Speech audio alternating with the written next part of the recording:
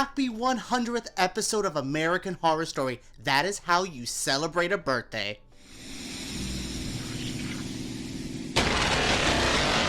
Hello everyone and welcome to my channel. My name's EJ Marino and this is About Last Night, the show where I talk about the TV show I saw last night. We are diving into the latest episode of American Horror Story 1984. After having mixed feelings about last week's episode, I am happy to say I am back on board with this season. From the time jumps, to all the crazy insanity, to the weird advancement of storylines. I really enjoyed this episode, and I thought it really expanded on last week's weird, wild episode in the perfect way. For me being a little bit nervous of how they were going to handle all the insanity, I think they're doing a damn good job, because this episode entertained me throughout, left me with more questions than I thought I would, but it gave me some answers at the same time. It enhanced the supernatural elements. It had some references to other seasons. This was the kind of stuff I wanted to see, and I'm really happy with all of it. This was such a great 100th episode. Yeah, they could have talked about other seasons more and done way more fan service, but that's not what the season's about. Apocalypse was all fan service. That's all that was, with the murder house references, with the Hotel Cortez. We got a lot last season, so with the light little homages here,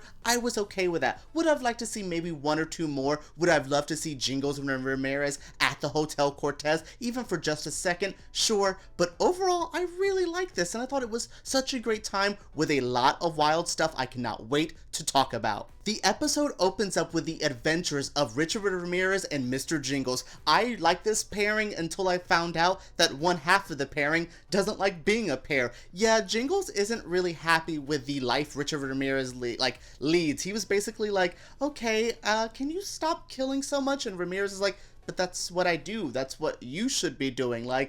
Satan gave you a chance, and if you don't pay up, there will be hell to pay. Literally, I thought that was such a fun, corny line, but it does show you do not mess with Satan once you make a deal with him. And I'm really kind of worried for what Jingles is going to go through. We'll talk about his journey throughout this episode a little bit closer to the end, because it really ended with such a heavy moment for me. But I really, I enjoyed this intro. I thought it was really cool. I like that we showed them going to Mexico, and we showed Jingles is done with it. So the second he has the chance to turn on Richard Ramirez, he does. And I like it. I like how he uses the Mexican people after it, which I really like this scene of yo, my neighbor is running after a guy, so that means I'm running after a guy. That's how you work it in a hood like that. You just go, okay, we're family. You don't like this guy? Guess we all don't like that guy. And they beat the hell out of Ramirez, which does seem like he goes to jail, and I think that was interesting, because that's kind of the route he went. Now, does he break out of jail like he does in this episode? No, in real life, Richard Ramirez is dead. He's there, he's gone, or is he? There could be some Satan magic happening in real life after all the weird Satan stuff in this episode. After Jingles betrayed Richard Ramirez and got his tab cola, we jump to 1989. Oh yeah, all that flashback stuff was in 1985, so we're no longer in 84. Do we change the title of the show? No, it's still all based on stuff that happened in 84, but we went from 84 and now we're in 1989, and we're back at Camp Redwood with a photographer who I thought was a major cutie. As soon as I saw him, I was like, oh, I think he's cute, which means he's gonna die. And he does, because he runs into Montana, and Montana and him have this cute, flirty, weird thing, and yeah, he dies, because Montana is a ghost at Camp Redwood who is continuously killing people. She likes it because that's what her and Xavier are doing. They're basically oh, Xavier has a good moment. He's speaking to Ray, who's also there as well, of look, I try to do good in life, and look what it got me. I'm gonna have fun in the afterlife and be gross and be evil, and I like that. But I also like that we saw Ray and the camp counselors from the 1973 group of murders are basically yeah, we're not killing anyone. We're done. We hate you. There's some tension between Ray, Xavier, and Montana as well. I liked all of that. I really thought this was really intriguing and really showed the dynamic of all the ghosts. We really didn't get to do a lot of that. Maybe a little bit in Murder House with seeing how some of the ghosts interacted with the people, but it was really about the Harmons there. Even when we went back in Apocalypse, that was when we had the most fun with the ghosts and got to see how they live their everyday lives. But here, I like to see that some of them don't want to be murderers. Some of them don't even want to be seen by people. They're done. And I'm yeah, I get it. You're a corporal ghost. I don't want to be there either. It doesn't sound fun, but Xavier and Montana are really trying their hardest. We also have Chet, who we see later on, is pissed when Margaret tries to reopen it. Oh, we'll talk about Margaret, but we do see that he has some fuel, like, to his fire there, but it's truly Ray who is trying to get a redemption arc, and I hope if anyone gets to, like, leave this hellish purgatory, I hope it's Ray. Like, I can't believe I went from hating his character to where I am now, but good job, because you're doing a damn good job. Another awesome 80s homage, we have the lifestyles of the rich and famous. Who's the rich and the famous? It's Margaret. After surviving the kills in 1970 and then the ones in 1984, she's just like, okay, cool, I'm going to be a successful real estate agent, but specializes in certain kind of real estate, ooky spooky real estate. Yeah, she finds all these weird places like the Manson family ranch. She like converts that. She has the like Ed Gein stuff that she's trying to get, but like the town of Ed Gein's like, you're gross, which this is gross. If you like exploit real murders, I'm not a fan of you. Like the true crime podcasters who do at night, women like this, oh god, I really do hate when they do this. But she also has one place that she owns. She owns Blair Cliff Manor. What? Like that was the cool little subtle homage that I'm like, of course, I was hoping they would say she owns Murder House, she would own the property for Freak Show. I was really hoping they would have more of her properties like announced here, and this is how we could have done cool little other homage seasons. But she's here and she has a husband named Trevor. Yeah, Trevor, the man she tried to kill at Camp Redwood. Well, he's not dead. He's survived by some miracle and he's alive. He also knows that Margaret tried to kill him, and he's not happy, but he blackmailed her into, like, marrying him, but she also used her own blackmail there. Yeah, they're having a really messed up life where he knows she's an evil psychopath and is not a good person, but she's just having, like, he has to deal with it. She has to deal with him and his gross large penis that isn't working anymore. But they also have to deal with a cameo from Leslie Jordan. I love him. If you're a Will and Grace fan, you know who Leslie Jordan is. Like, he's so great. It was so cool in his little cameo. Not a lot to do here, but what I saw of him, I loved him. And I really liked seeing this Margaret and the stuff with Trevor. And then we got the assistant stuff who tells Margaret, hey, remember that girl Brooke you framed? She's getting executed. Yeah, Brooke's in jail.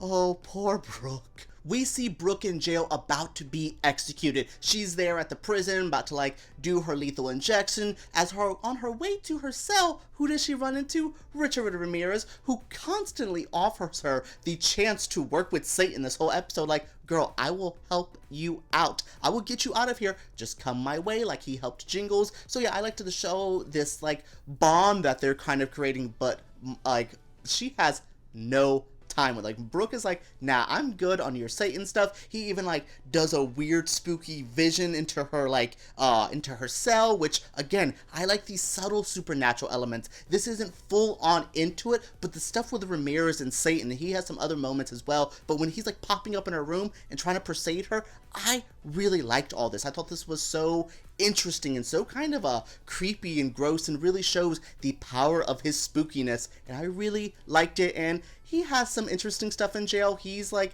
not angry at Satan, but like, yo bro, why'd you put me in here? He has like a girlfriend on the like outside who's like trying to do things for him, and she tells him that like Margaret's trying to open up Camp Redwood again, and that triggers him. It also triggers Jingles, who is living in Alaska. Oh, we cut to Jingles, who has a normal life. He like works at a fake Blockbuster, has a wife and a kid, and I'm like, oh, this is the story of Jingles. Oh, this is kind of cute. And I knew it wouldn't last, and I was like, why am I getting happy for Jingles? We know it's not gonna last. Yes, I mentioned Margaret is opening up Camp Redwood again, which I think is interesting because she sees the murders that the ghosts are committing and it's like, okay, well, let's use this to capitalize on it. You know, like I'm saying, she's a gross capitalizer on real life tragedies, but she sees the murders and says, let's open up Camp Redwood and hold a concert here. Who's the main concert person? Billy Idol, because of course it's that like weird Satan connection. In this show, let's see, we have Stevie Nicks as a witch, Lady Gaga was a weird vampire, and Billy Idol is like a conduit of Satan.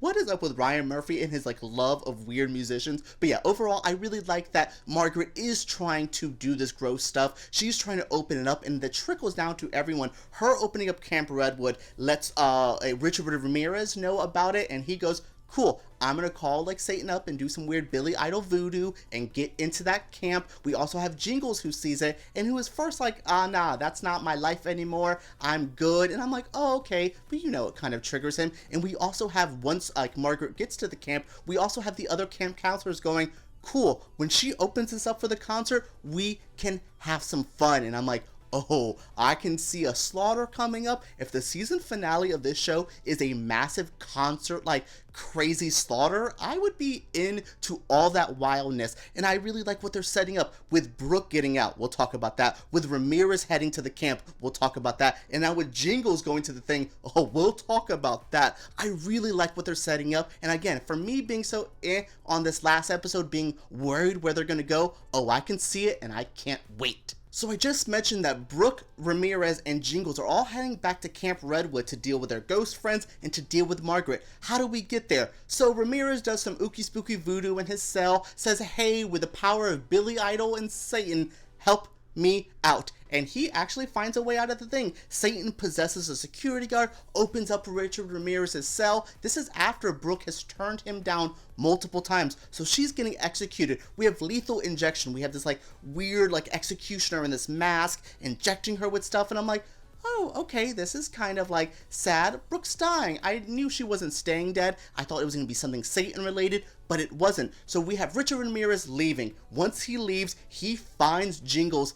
Doesn't like attack Jingles. No, he attacks him on the inside, finds his wife, slaughters his wife. Thankfully, the baby was safe. And Jingles sends the baby off with his now deceased wife's sister and goes, I can't protect that baby. What I'm gonna do is find the darkness that's always been inside of me and unleash it. Yeah, seems like he's going for revenge on Margaret, on Ramirez. He knows what he's doing. He's going to Camp Redwood. Who else is going to Camp Redwood? Well, we have Brooke, who survived her lethal injection. How? Donna. What? I was like, I knew Donna didn't die at Camp Redwood, but I was just like, where is our girl? What is happening? She is there to help Brooke and said, how was the couple minutes you were dead? We have some missions to do. I cannot wait. They showed that little preview of next week with those two going out, like trying to get their revenge. I cannot wait. I really think they are building up something awesome with all these pieces who are like separated at the moment, but all end up back at Camp Redwood. I cannot wait for that. It's going to be so juicy. This episode gave me so much. I heard the intro music to Charmed. I got to see an awesome moment where Brooke told off Margaret, and I was like, hell yeah, that was a great scene from Emma Roberts. And I got some really fun, weird supernatural stuff happening. I love an American Horror Story season that is supernatural, maybe not too heavy, kind of like what Hotel was. This is really reminding me of that, with that the subtleness of it. This was such a good episode. What did you guys think of this episode? It has me hyped and pumped all over again. I cannot wait to see where they go from here. But do you guys agree? Is this an episode that threw you off? Are you excited for the rest of the episodes? Let me know down in the comments below. Make sure you guys subscribe to my channel because we have a couple more episodes to watch and you will not want to miss my breakdowns. Alright guys, make sure you guys give me a thumbs up as well because YouTube takes those way too seriously. Let's talk about 1984 episode 100 below.